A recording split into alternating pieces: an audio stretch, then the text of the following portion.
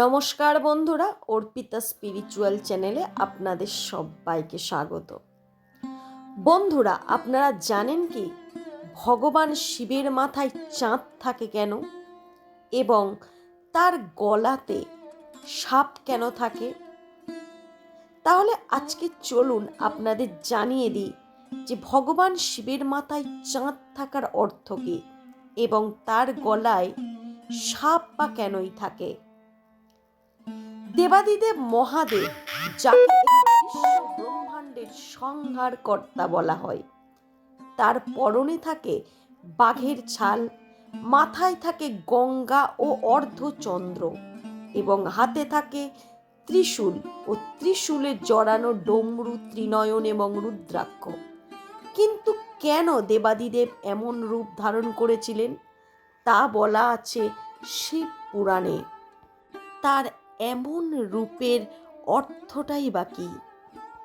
তাহলে প্রথমেই জেনে নেওয়া যাক শিবের মস্তকে চাঁদ থাকে কেন।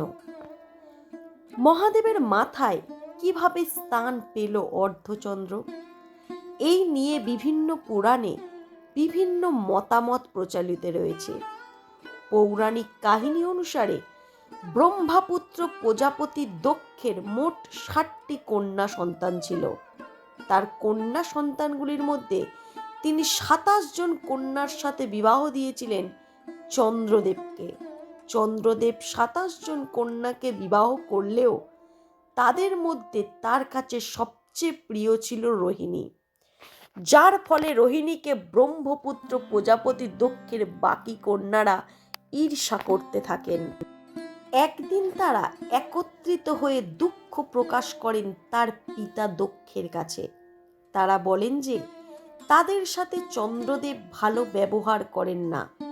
দক্ষ তার কন্যাদের কথা শুনে চন্দ্রদেবের ওপর ক্রোধিত হয়ে যান, যার ফলে তিনি চন্দ্রদেবকে অভিশাপ দেন ক্ষয় হয়ে যাওয়ার।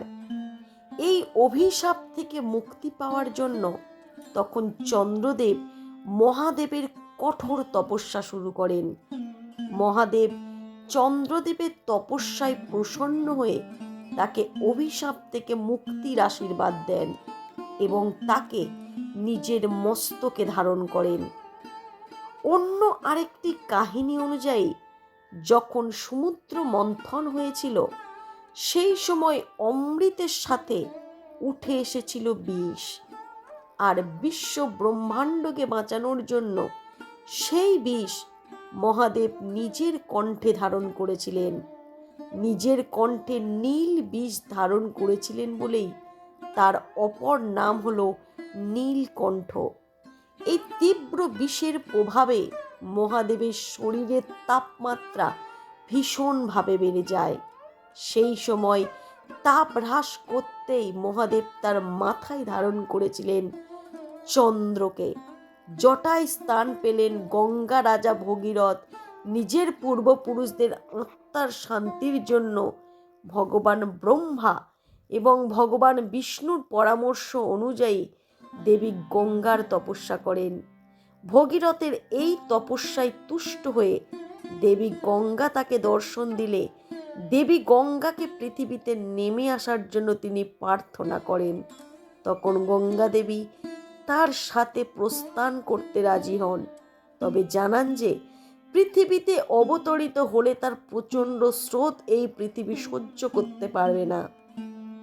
এই শুনে ভগীরথ তার সাহায্যের জন্য মহাদেবের তপস্যা করেন। মহাদেব তার তপস্যায় প্রসন্ন হয়ে গঙ্গাকে নিজের জটায় ধারণ করেন ও তার বেগ নিয়ন্ত্রণ করে পৃথিবীতে পাঠান। এইভাবে চন্দ্রের সাথে সাথে মা গঙ্গাও ভগবান শিবের মস্তকে স্থান পেয়েছিল। ত্রিশূল মহাদেবের হাতে সব সময় থাকে। মনে করা হয় যে সৃষ্টি জন্মের সময় যখন শিবের উদ্ভব হয়েছিল, সেই সময় দেবাদিদেব মহাদেবের সাথে জন্ম হয় রজ, তম ও তস নামক 3টি গুণের। আর এই 3টি গুণ সমাহিত রয়েছে ত্রিশূলে।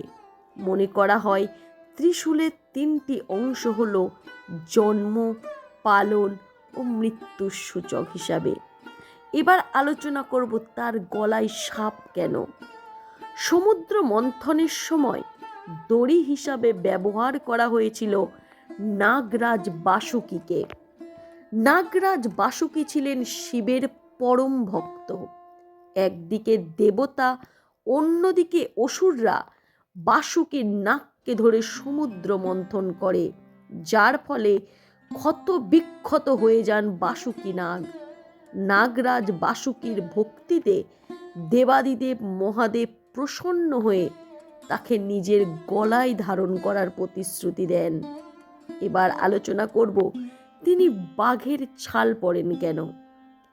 পৌরাণিক কাহিনী অনুযায়ী ভগবান বিষ্ণু নৃসিংহ অবতারে হিরণ্যকশপের বধ করার পরও তার ক্রোধ শান্ত হয় না, যার ফলে ভগবান শিব সরভ অবতার ধারণ করে নরসিংহের সাথে যুদ্ধ করে এবং তাকে শান্ত করেন।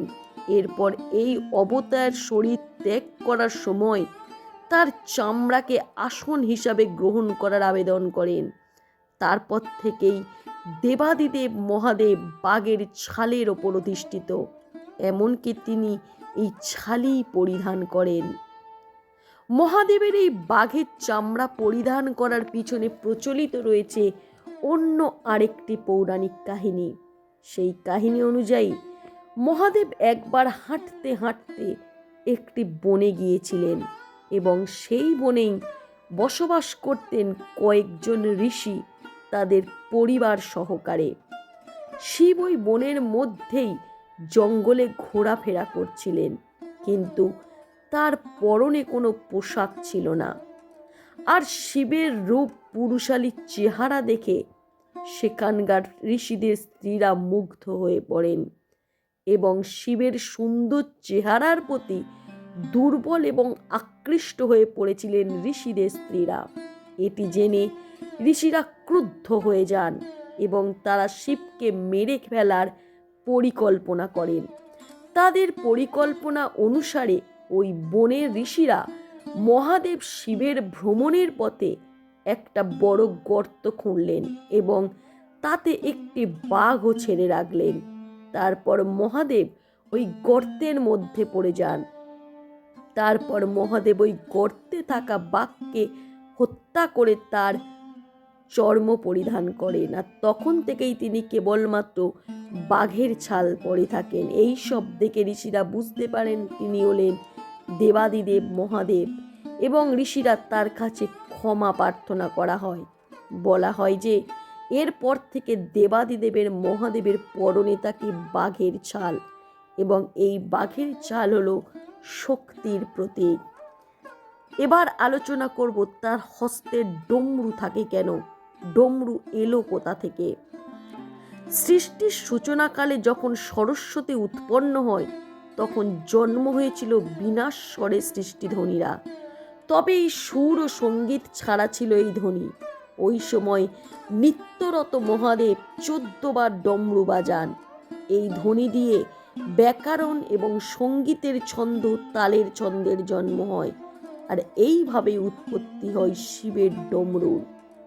বন্ধুরা, আপনাদের যদি আমার এই ভিডিওটি ভালো লাগে অবশ্যই সাবস্ক্রাইব করুন। আর আপনারা জানতে পারলেন ভগবান শিবের সমস্ত রহস্য। জয় শিব।